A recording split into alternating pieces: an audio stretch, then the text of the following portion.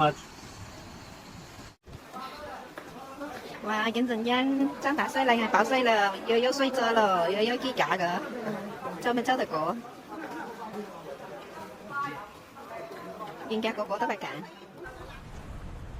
In just one night, the entire village disappeared under the raging water. Bridges collapsed, houses were swept away, and rocks and soil from the mountains rumbled down like giant monsters swallowing everything. The camera captured chilling moments, the echoing cries for help, the roofs being swept away, the smallness of people before the monstrous power of nature. This was no longer a normal flood. It was annihilation, a terrifying warning. Are you ready to see the whole shocking truth? On July 9th, the skies over China broke open as though a dam in the heavens itself had burst. What began as summer rain quickly transformed into a punishment of biblical proportions, a deluge that seemed intent on drowning entire provinces. The downpour was not gentle nor fleeting. It was relentless, heavy, and suffocating, each drop a nail in the coffin of fragile human defenses. Within hours, rivers swelled like awakened monsters, their surfaces dark and boiling, no longer confined to their banks but spilling outward with ferocious hunger. Streets vanished beneath muddy torrents, transforming familiar cities into ghostly lagoons.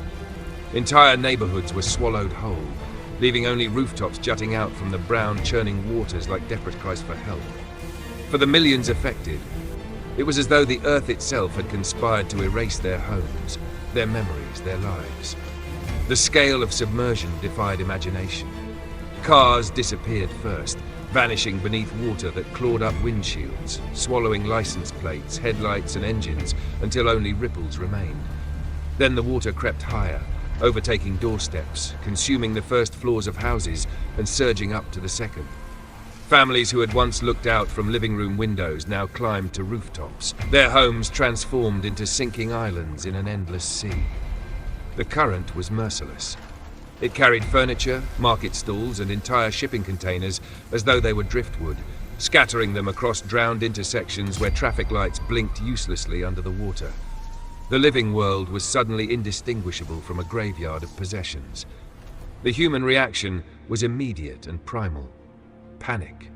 Cries echoed across submerged towns as people scrambled for safety. Mothers clutched children to their chests, fathers smashed windows to drag families out before staircases vanished under swirling floodwaters. Videos captured by trembling hands showed rooftops crowded with residents waving frantically for rescue, their silhouettes blurred by rain and rising mist.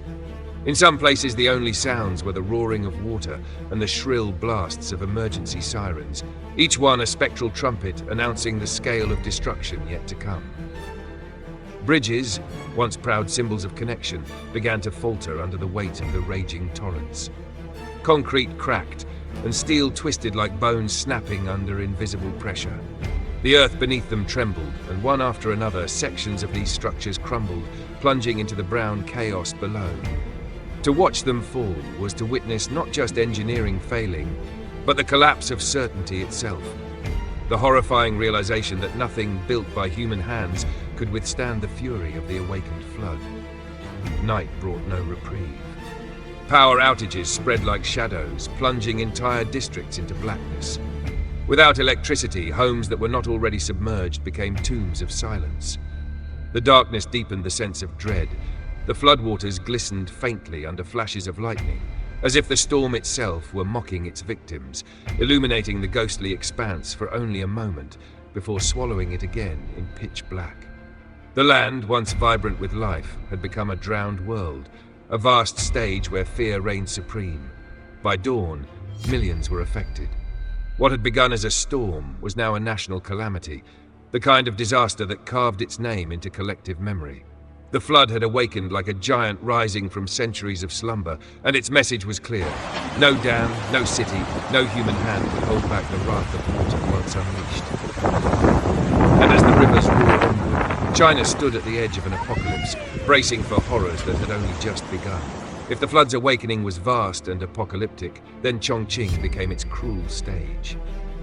This sprawling metropolis, built along steep hillsides and framed by mighty rivers, found itself under direct assault as torrents of water roared through its heart. The rain did not fall here. it attacked. In mere minutes, narrow streets turned into roaring channels, each corner transformed into a trap. Cars, buses, and motorcycles were swept aside like insects, their metal frames colliding with terrifying force, sparks flashing briefly before vanishing beneath the muddy waves. Dashcam footage captured the horror. Vehicles tossed in circles before being dragged into whirlpools, passengers screaming from open windows, their cries drowned by the relentless surge. It was as if the city had been seized by invisible hands and shaken mercilessly, its daily order unraveled in the blink of an eye. The bridges, Chongqing's lifelines, fared no better. As rivers burst their banks, the enormous weight of floodwater pressed against the pillars, making them groan like wounded beasts. Eyewitness videos showed cracks spreading across concrete spans, each fissure a warning of imminent collapse.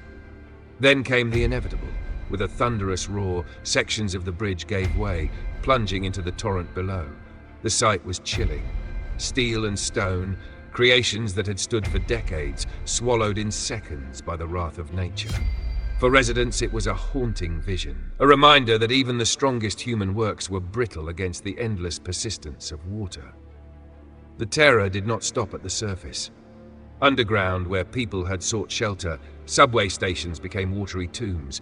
Floodwaters surged down stairwells like phantom rivers, rushing past signs and advertisements, swallowing ticket machines, platforms, and tracks. Commuters fled in panic, their footsteps echoing like gunshots against walls that reverberated with the roar of encroaching water. In one station, entire escalators disappeared under waves. The once bustling arteries of transport transformed into blackened wells. Darkness followed swiftly as power systems failed, cutting lights and plunging entire stations into ghostly silence, broken only by the rush of the flood. Chongqing's residents fought to survive in scenes that looked like visions of the underworld.